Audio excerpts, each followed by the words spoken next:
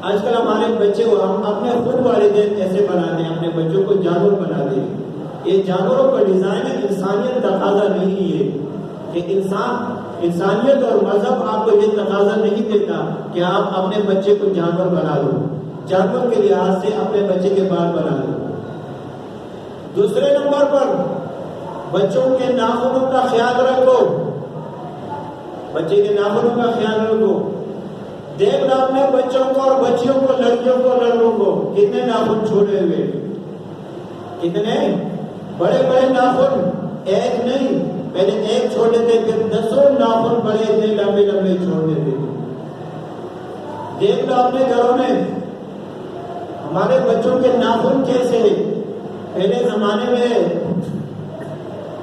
جب ہم اسکول جاتے تھے تو ہر صبح دوسرے صبح اسکول میں ناخن چیک کر لیے تھے، ناخن صاف کرتے چھوٹے بڑے. آج کل وہ حالت میں نکل گئی، وہ تربیت ہمارے تعلیمی اداروں سے بھی نکل گئی.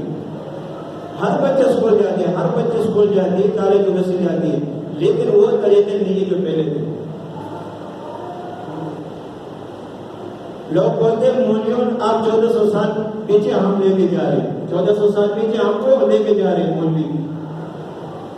بس یہ نظام شوقے کرتے رہتے ہیں. لیکن میں بولتا ہوں مولوی تو آپ کو 1400 سال پیچھے لے کر جا کر نبی کریم صلی اللہ علیہ وسلم کے شریعت کے برابر کرے، لیکن آپ نے بالوں میں، کپڑوں میں اور ناخنوں میں جو نظریہ اپنایا ہے وہ تو اسی وقت کا ہے جو آپ لوگوں نے اسکول میں پڑھا ہوگا کہ ایک نظریہ ہمیں تعلیمی اداروں میں یہی بھی پیش کیا جاتا تھا کہ انسان یہ پہلے نمبر پر انسان یہ جانور تھا.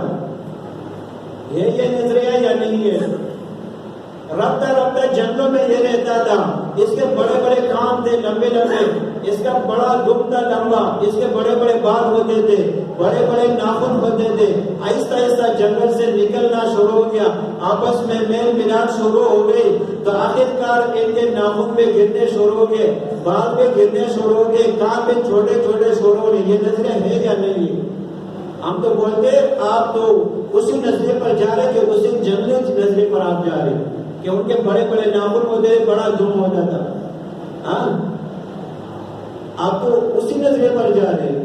عادت یہی ہے کہ ان چیزوں میں روحانی پرورش سب سے پہلے نمبر پر ہمارے بچے کی زبان سے لا الہ الا اللہ یہ نکل جائے، اور اسی کے اعتبار سے دوسرے نمبر پر جسمانی پرورش بچے کے پہلے نمبر پر ہم اپنے بچوں کے کپڑوں کا لحاظ شریعت کے انتظام کے برابر کرتے ہیں. ان کے جسمانی پرورش میں بات کیسے بنائیں گے شریعت کے برابر ہو، ان کے لباس کیسے اپنائیں گے شریعت کے برابر ہو. آج کل یہ بہت کمی ہم دین والے طبقے میں بھی اور غیر دین والے طبقے میں بھی پائی جاتی ہے. اکثر ہم بڑے بڑے دین کے دعوے کرتے ہیں لیکن پیچھے ہمارے گھر کے حالات ایسے ہوتے ہیں کہ ہمارے بچیاں، ہمارے بچے ایسے راستے پر جاتے ہیں کہ وہ شریعت کے خلاف راستہ ہوتا ہے. تو یہ چند حقوق ذکر ہوئے. اولاد کے بارے میں انشاءاللہ آئندہ بھی ذکر ہوں گے. اللہ تعالیٰ ہم سب کو عمل کرنے کی توفیق عطا فرمائے. وآخر دعوانا الحمدللہ.